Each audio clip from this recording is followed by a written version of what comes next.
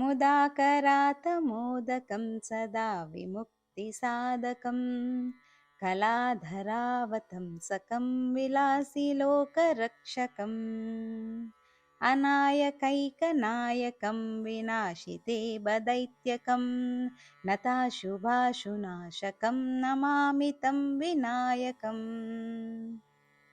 न तेतरातिभीकरं नवोदितार्कभास्वरम्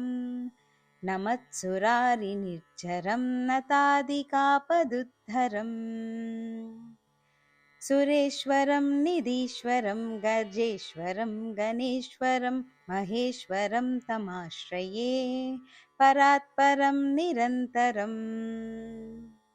समस्तलोकशङ्करं निरस्तदैत्यकुञ्जरं दरेतरोधरं वरं वरेभवक्त्रमक्षरम्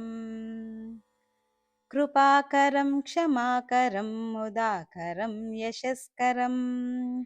मनस्करं नमस्कृतां नमस्करोमि भास्वरम् अकिञ्चनार्तिमार्जनं चिरन्तनोक्तिभाजनं पुरारिपूर्वनन्दनं सुरारिगर्वचर्वणम् प्रपञ्चनाशभीषणं धनञ्जयादिभूषणं कपोलधानवारणं भजे पुराणवारणम् नितान्तकान्तिदन्तकान्तिमन्तकान्तिकात्मजम् अचिन्त्यरूपमन्तहीनमन्तराय कृन्तनम् हृदन्तरे निरन्तरं वसन्तमेव योगिनां तमेकदन्तमेव तं विचिन्तयामि सन्ततम् महागणेश पञ्चरत्नमाधरेण योऽन्वहं प्रजल्पति प्रभातके हृदि स्मरन् गणेश्वरम् अरोगतामदोषतां